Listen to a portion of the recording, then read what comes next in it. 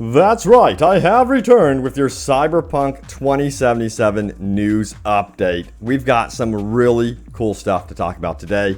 We're going to be talking about how going full-blown GTA in Night City isn't going to be that easy.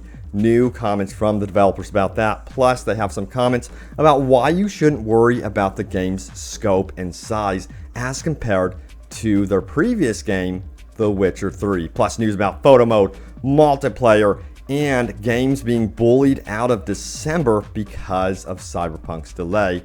And you better believe it, I'm going to go over your top comments later in the video, so please be sure to leave a comment down below, because guess what? Your comment could actually make it in a future video. So let's do this. Welcome back.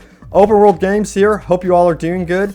And you know what? Let's dive straight in. Remember, if you are new, smack that subscribe button. Turn on that bell notification icon. Believe you me, I think it's worth it.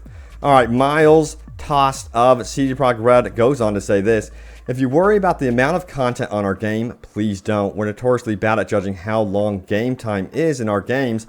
I remember we estimated players would max out Witcher 3 at 100 hours, so we try not to do that anymore. But I can only keep saying what I have been saying in the past. You guys have seen nothing yet. It's less than a month now. Soon all your questions will be answered, hopefully satisfyingly, and I can't wait for you all to play it finally. Been a long time coming. Smiley face. So yeah, that was posted before the delay, of course, but you can see the confidence is there with that post.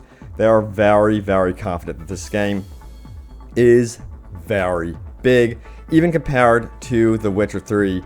And it seems like, in my opinion, it's probably going to be even bigger by the post there. All right, so let's talk about going full-blown GTA in Night City. So this was the headline here. It says, Cyberpunk 2077 dev reveals that stealing cars won't be easy. CD Projekt Red confirms that stealing cars in Cyberpunk 2077 will not be simple in the beginning and will require certain skills to perform. Goes on to say the following: in GTA 5, stealing cars is heavily integrated into gameplay to the point that it's necessary for players to progress through the game's story faster. In Cyberpunk 2077, TOS confirmed that players wouldn't be able to just steal a vehicle at the very beginning of the game, given that they must first level up certain stats before they can snatch a car. As an example, TOS said that there is a certain body stat that players must boost up to pull people out of their vehicles. The same goes for breaking into parked cars, given that there's also a specific technical stat required to perform that action. You know what I'm really curious with all this is these life paths, if they're going to be influencing this in particular. You know, Street Kid, you would think, would have some of the smarts to actually break into some of these vehicles easily. But then again, it's going to be cool to see players progress through these skill trees for sure. And yeah, it's going to require you to go to the gym to pull someone out of a car. I'm just kidding. It looks like you're going to have to just upgrade that in your skill tree. But yeah, it's really cool to see that you're going to have to work your way up in terms of being a thief, if that's the path you really want to go, because even in real life, it takes some skill to steal some of these cars. And in the future, you would imagine a lot of them would have their own security systems. All right, what about that photo mode news, Robbie? Well, let's talk about that. This comes from the official Cyberpunk Twitter. It says, yes, photo mode. Lovely photo mode, even. So yeah, we've got a photo mode, but we've got even more details about that. P308R says, hey, Cyberpunk game, will our character be visible in photo mode? That's a legit question, because some may assume that you're only doing photo mode from first-person gameplay. This was the answer: yes. So if you really want to show off your customized character on social media and elsewhere, you will be able to do that, so that has been confirmed. We have another follow-up question from Tariq Musa, who says this: huzzah, and when will you show me a cyber cat? And the response is this from Philip Weber from CD Projekt Red, who says, if you look at our 2018 gameplay really closely, you might already see one of those in front of Vic's Ripper Doc shop. So I did actually look, and you can see like an actual cat roaming around the shop. You can't tell if it's cybernetically altered or not, but there were also a bunch of like cyber cat dolls out there as well. So I don't know which one he's referring to, but hey, wouldn't it be cool if we could actually confront some, for example, guard dogs that are cybernetically altered in Night City. We'll see what happens with that, but it looks like there might actually be cybernetically altered animals in this game. All right, what about that multiplayer news? So this is the headline here. It says Gabe Amatangelo, who previously worked on MMORPG Star Wars The Old Republic as a PvP designer and Dragon Age Inquisition DLC as design director, is working as creative director on Cyberpunk 2077 multiplayer title. So he is going to be responsible with leading the multiplayer part of this game. So they're going to release the single player, of course, and I think it's the best thing that they're doing here.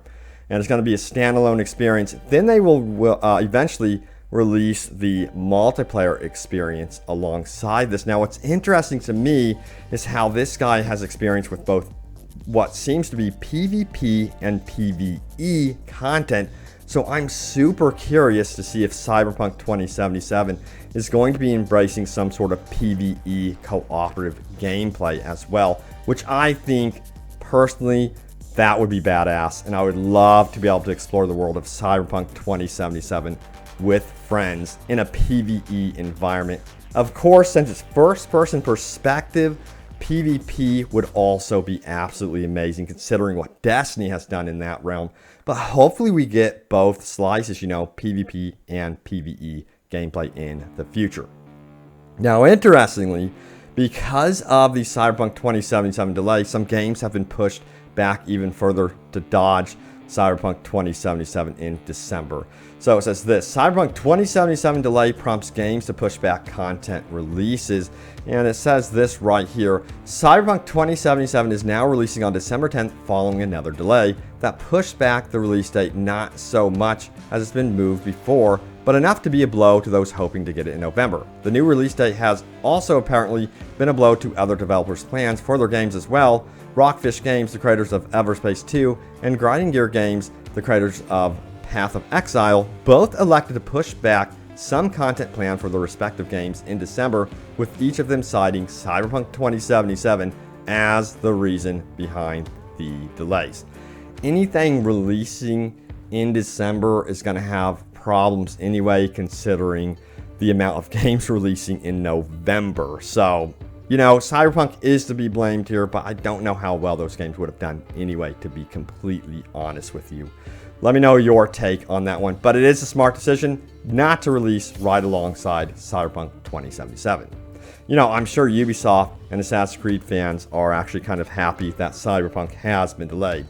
All right, now it's time to go over your top comments. Remember to leave a comment down below. Again, it could literally end up in a future video. I always see the comments where the commenter is like, oh my god, my comment actually ended up in a video. So yeah, you never know. All right, let's do this. Schizopanda says this: there's no way they would delay it a fourth time. CD Projekt Red knows that would critically wound their positive reputation with fans. Yeah, you know, I really agree with you on that one. But their most recent investor call didn't instill a lot of confidence. You know, they said that they weren't comfortable, but they were confident with the new release date, whatever that means. But yeah, hopefully they do not delay it. Remember, stay tuned. If they do, I'll let you know. But crossing our fingers if they don't. They do have new marketing material up, posters, that sort of thing, stating the new December 10th release date. But I've seen, you know, people on Reddit and elsewhere saying, hey, I'm seeing marketing materials that still say November 19th. So we'll see what happens. All right, FlexTech says this: I had already pre-ordered Valhalla, so I'm not too worried. Guess this will give me enough time to play Assassin's Creed Main Story, side missions, collect all trophies, raise kids, and get a divorce twice. Yeah, I mean, you know, it gives you a chance to do other things there. Now, Abdullah7 says this: when this game comes out and I'm sat there in front of the TV about to play it, I'm going to look back on all these delays and say, it's finally here. I'm actually about to play it. I'm going to edit this post a day before the game releases. Nice! Yeah, you know, I think we'll all feel a sense of relief for sure. Next up, Leon says this: we need an Easter egg that references this, like a skeleton in a locked room that was sitting on his PC looking at the deadly yellow delay images all over his screen. Did he die waiting? Or did he die because he saw the same delay for the 6th time? That would be hilarious. They really do need a funny little Easter egg in this game when it finally releases, of course. Then we have FBI who says you either release the game as dated or you delay it long enough to see yourself become the villain. I love the Dark Knight reference. Love it, dude. Yeah. If they delay it one more time, you know, they will definitely officially be pissing off the majority of fans that really want to play this game. That's been, you know, seeing it teased for years and years and years. So, again, stay tuned. I'll let you know if it releases on time. Hopefully it does. It'll be wonderful to have this game out before the holidays as well. But guys, there you have it. The latest happenings around Cyberpunk 2077. Stay tuned for more news. If you are new, welcome. Be sure to smack that subscribe button. And all of you, I recommend hitting the bell notification icon if you never want to miss your daily dose of Cyberpunk 2077 news. I'm going to have you guys covered big time. Thanks for watching, and I will see you next time. Take care.